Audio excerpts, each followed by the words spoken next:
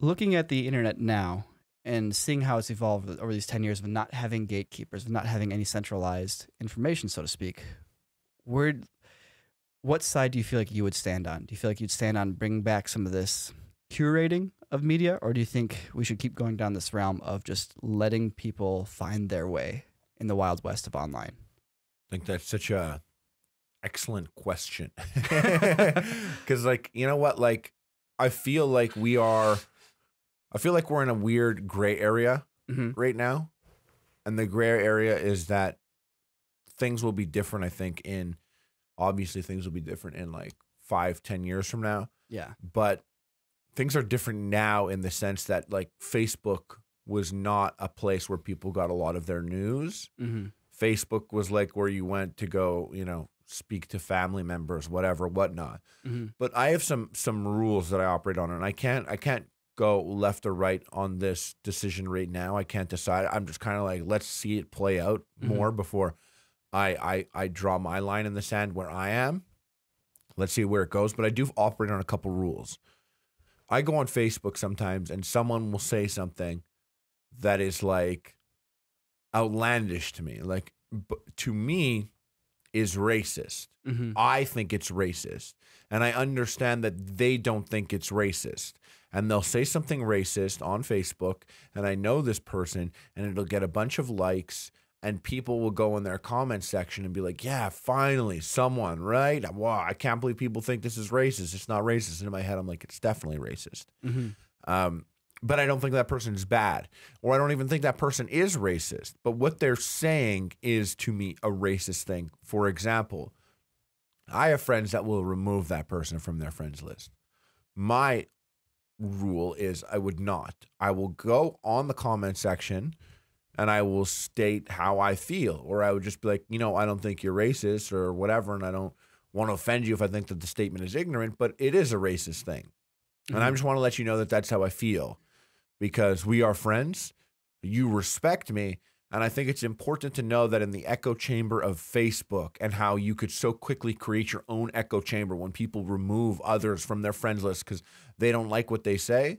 I always think it's important to know that, for that person, I'm like, the way I see it, I'm like, that guy, he needs me. He doesn't know he needs me. He needs me to say there are people that you respect out there that disagree with you and think this is racist. Even though you have all these thumbs up and all these comments, I'm the type of person that will put my name there and say, I disagree with you on that.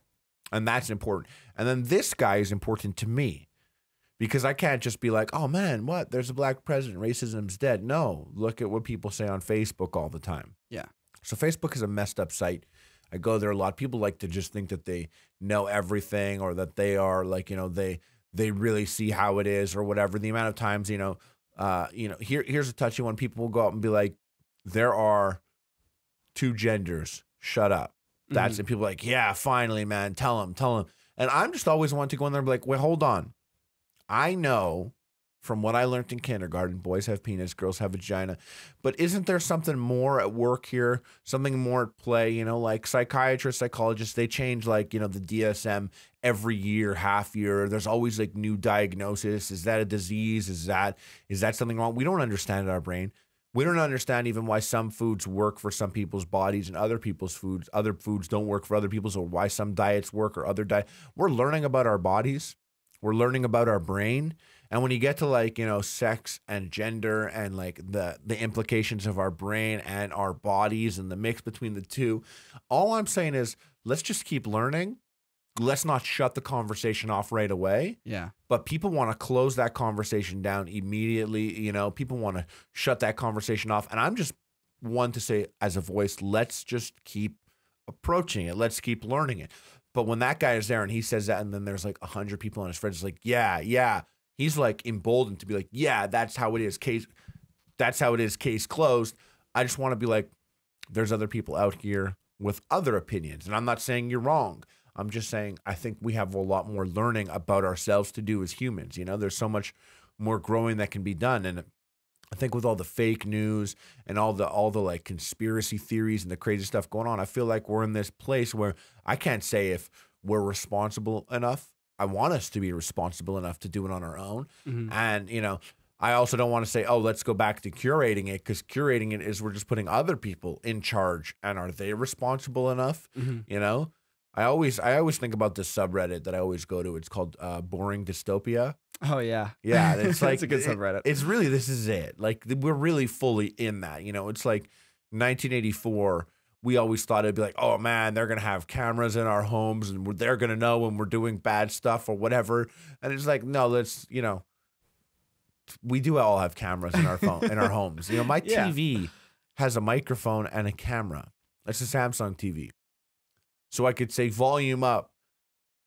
I'll never do that. Don't lie. You just want to listen. You're trying to listen, you know. And now they have that like Alexa that follows you. Follows you around. Like, it is so crazy.